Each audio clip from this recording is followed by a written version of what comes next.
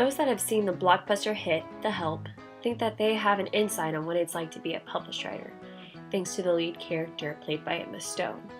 All you have to do is compile your information, frantically write a book, send it off to New York, and then have it on shelves within weeks. Voila, you're a published writer. Yet, as in most cases with movies, Hollywood gives us the candy-coated version, not really portraying how the process really goes. So today, I sat down with somebody that's been through the real process. His name is Dr. Ronald Highfield, and most people know him as the Religion 301 professor at Pepperdine University. But he's also written 3 books and co-authored 1 book. I sat down with him to kind of get some insight on what it's like to be a published author. You wrote me oh so many. First, I asked him what inspired him to write in the first place. Even though professors are required to publish a couple of journals or written works of theirs every now and then, he sees it as a driving force to get his works out to the public, an obligation almost. And it was a requirement, but I've always had more ideas than I could ever, fully articulate or get published. So that still is the driving force for me. I just don't see how you could write for a reason other than that you have something you think must be said. I asked him what he did once he finally got his idea down on paper with his last book. And it's the same thing that he does with every single book that he's written. I sent a proposal to 2 or 3 publishers and got turned down, and that's not an unusual thing.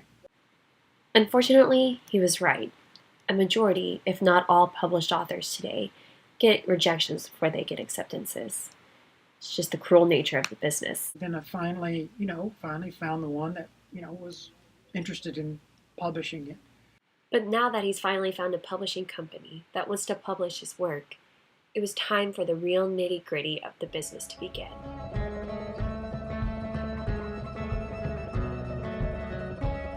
First, he had to sign a contract saying that he would have his work done by such and such date, which for him was a year.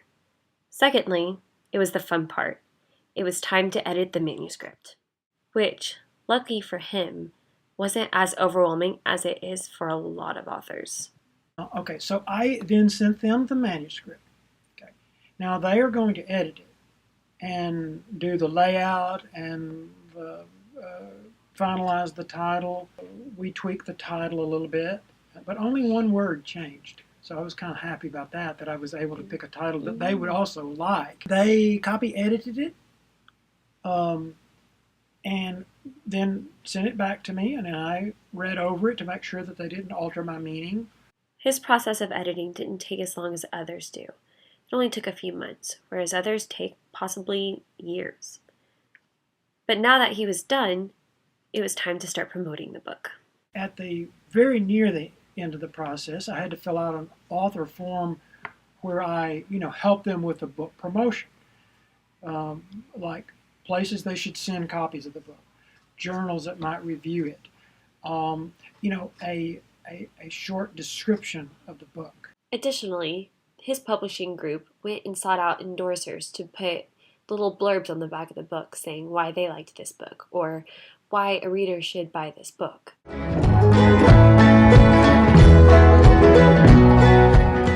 Now that the book was finalized and it was finally time to send it to the shelves, what did this mean for Dr. Highfield? It's different from the way it used to be because there's the blogosphere now. And it used to be that you had to wait 6 months to a year to get printed reviews of your book. And it's fun because, you can just Google your name. Which, for him, was helpful. There's not a week goes by that somebody is not, blogging on. I just found a review this morning. But I always then talk to them. I always write them back and thank them for writing, saying something about my book. Because I haven't had any really negative comments yet. In fact, he recently found out that a preacher close to his hometown in Alabama had been using his book to preach sermons. He didn't know the preacher, but it still hit close to home for him.